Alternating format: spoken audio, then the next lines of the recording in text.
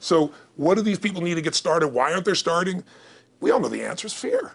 But the difference with you guys or me or anybody who's followed through is we're more afraid of what life would be like if we don't follow through than the person who's willing to settle for what they got and kind of hope it'll change and maybe purchase something for the moment and then not follow through on it.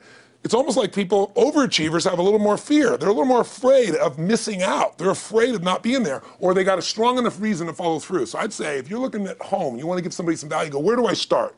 I'm sick of this. That's a damn good place.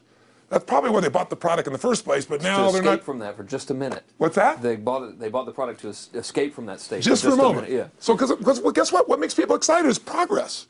You don't have to be at the goal yet to feel alive again. You have to make progress. And the first step to progress is making a decision and buying the product. But then they don't do the second step, which is open the damn thing up. I think another powerful distinction that you're hitting on here is the fact that a lot of people that have breakthroughs in their lives, like including Frank and I both in different, success stories, situations, whatever you want to call them, is that, people typically hit rock bottom before that must is a reality. You're right. So in thinking of that, because a lot of things as well, like we hear in marketing, like if you had a gun to your head right now and you had to make money in the next, 48 hours, what would you do?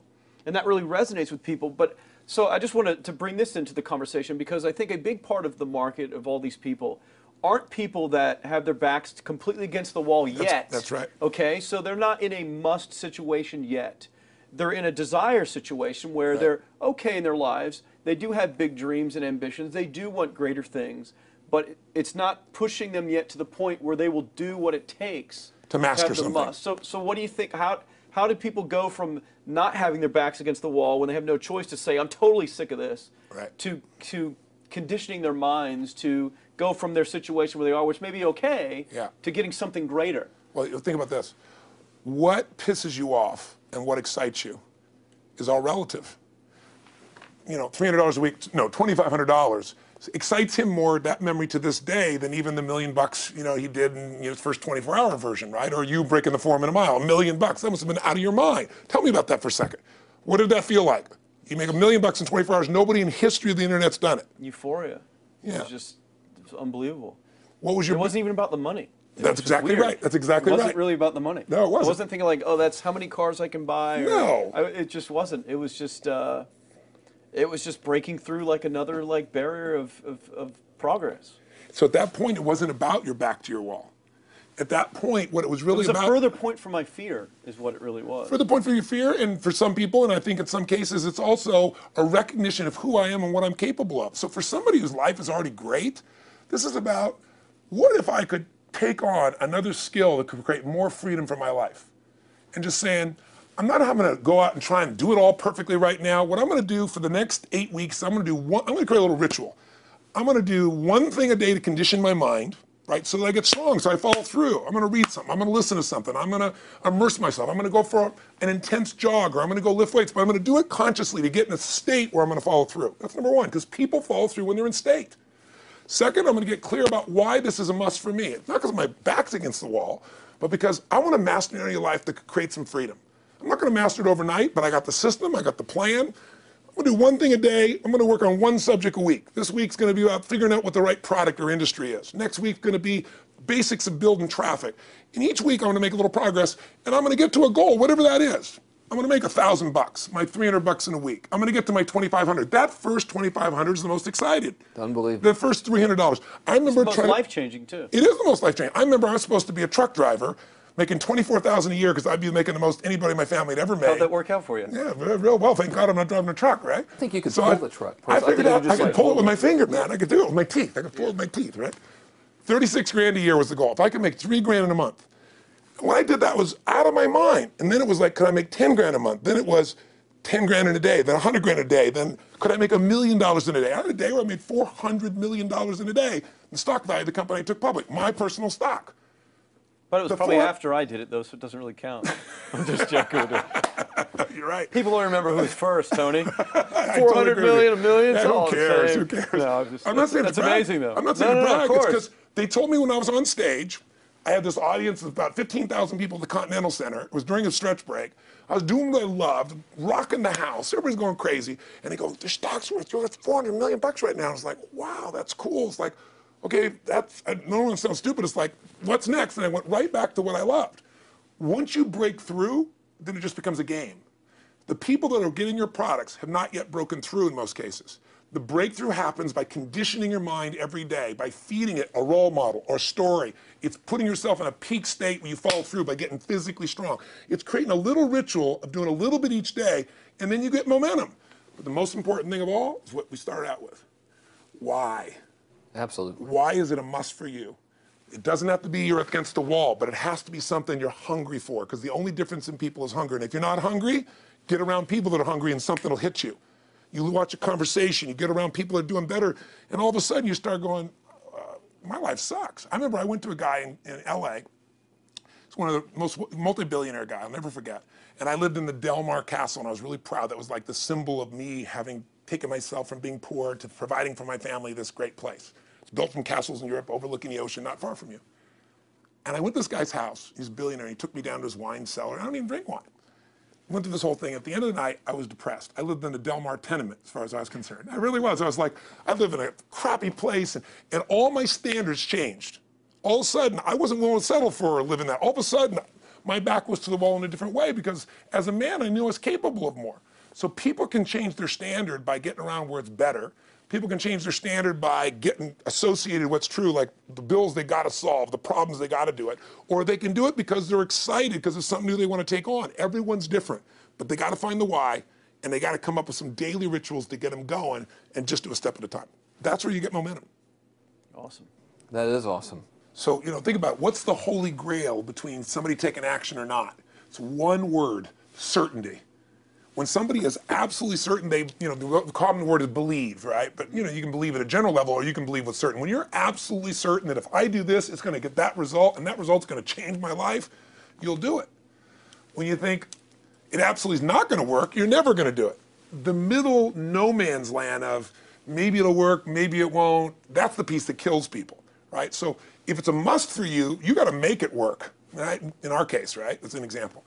If it's not a must for you and you're not sure, you don't know what to do. So years ago, I'd look around and say, okay, how do people get themselves to follow through that haven't been following through? What's the difference? And I started interviewing hundreds of people, literally, and eventually thousands, because I had thousands of my events. So I'd ask the group to give me their feedback.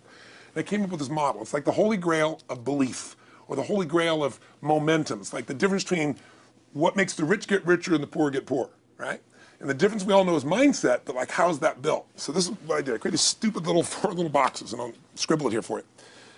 You think about the first thing that determines whether you can do something or not, and I put that in this first box at the top here on the left side, and it's potential. Like, what's the potential of a human being? Like, when you guys started, you proved something no one had done in history. You ran the 4-minute mile, right?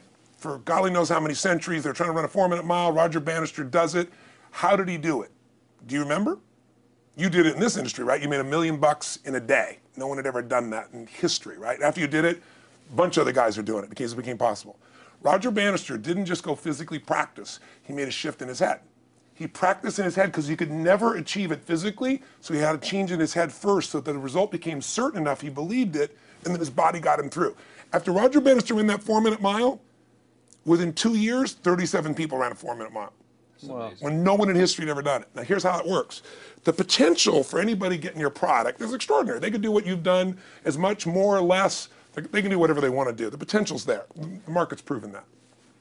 Whether or not they tap into that potential has a lot to do with what action they take, which is the question you came to me with, right? Like, God, they all have potential, but they're not taking action. And we all know that the action they take is going to determine the results they get. That's pretty obvious. So most people have a belief about what their real potential is no matter what you tell them.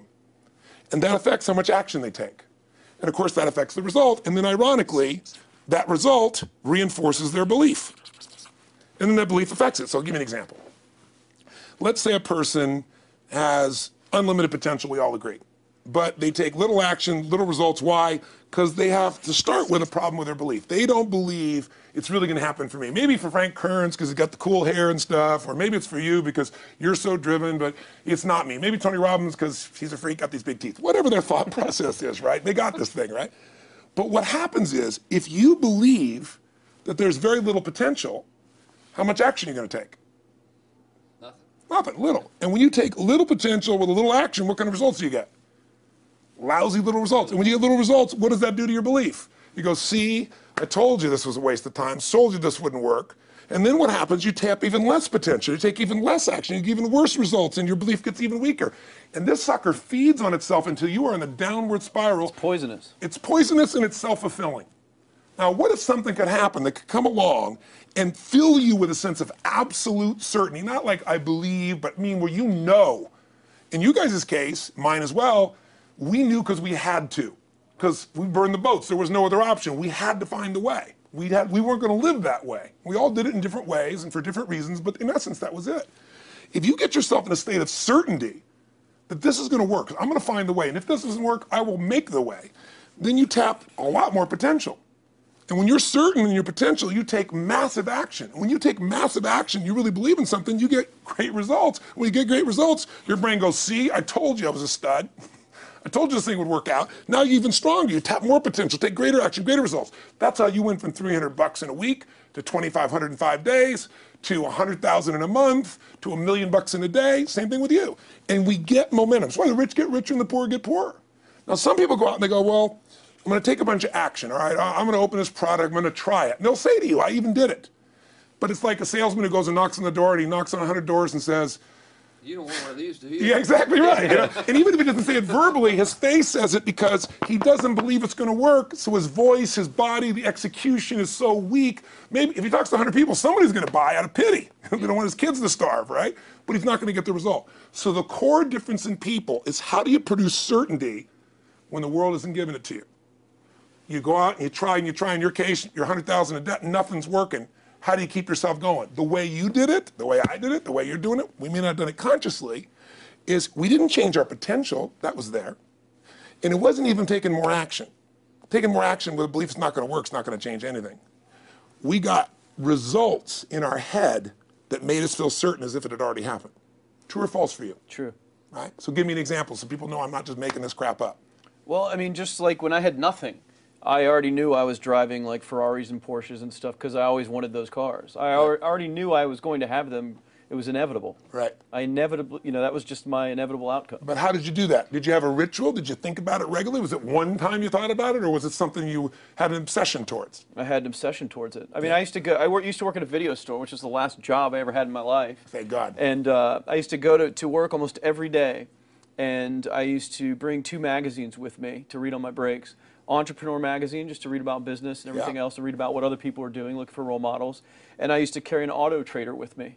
And I used to look at Porsches that were for sale. Yeah. And people always used to ask me, what are you doing with that auto trader magazine? I'm like, well, I'm just picking out the Porsche that I'm going to buy. Right. Which probably got you a lot of crap. I did. People made fun of me. Sure. I actually had a boss at that job tell me, you really shouldn't do that to yourself, John, because it's very, very likely that is never going to happen. That it's very likely that you're never going to have that car. Yeah.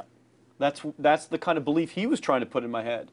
And I was like, no, you don't realize that it's inevitable that I will drive here sometime in the near future with that car when I'm not working for you and drop movies off for you to put back on the shelf. And that actually happened. And it was one of the most fulfilling days of my entire life. And the great thing was when I pulled up in this car, I was in my mid-20s. Yeah. A car that most mid-20s. What kind of car was it? It was a Porsche 911 Turbo. It was a convertible and everything. It was a beautiful car. It was one I always dreamed of having. But for a few years I always circled the ads of which ones I was going to buy. Well, when I finally got it and I pulled up at the store, I had all these people. Some people that were still working at this $7 an hour job were there years after I left. And I'll never forget this, even the boss and stuff, and the reaction of the people was like, wow, that is awesome. Yeah. Is that your dad's car? And all I said to them was, not exactly. Good for you. And I just smiled and just left. But it was, it's the weirdest thing, but I just knew it was going to happen. But you knew it because I conditioned myself to you did it over and over again. Yeah. When I was in high school, I was not a popular kid, but I was passionate and intense, and I'll never forget. Some particular girls gave me some crap, and a guy too. And I wrote in their journals or their annual yearbook at the end, I wrote, someday, I said, you treated me like hell. Someday I'll be rich and famous, and you'll be an effing truck driver. And you'll be sitting there, I'll be with with this beautiful woman of my life, rich, and you'll be watching me on television thinking, you wish you would have treated me better. I actually wrote this shit in people's annuals because I went to a 10-year high school reunion when the people showed me this stuff, great. right? But it's like, I burned the bridges, baby. I was like, this is how it's gonna be. So I'll give you a perfect example of this. You know, they did studies, many have been done at this element, where they want to say, how much does the mind affect performance? So take basketball. I've worked with a lot of NBA players and turned them around, and one of the problems many of them have is they'll choke on the free throw line. You know, well, everybody knows in that case, if you normally shoot really well and now you're not, something's interfering, something's getting in front of your state, some uncertainty, right? Obviously. So they take a group and say, we're gonna make them better. How do you make somebody better who has got this mental block? So they take a group of guys and they're gonna do free throws, and they do one group where they just practice for 6 weeks. Totally intense practice, and I forget the number of free throws, but they gotta do this many free throws every day. Take a second group, and they have them not practice at all. Obvious. And they take a third group and they don't let them touch a basketball.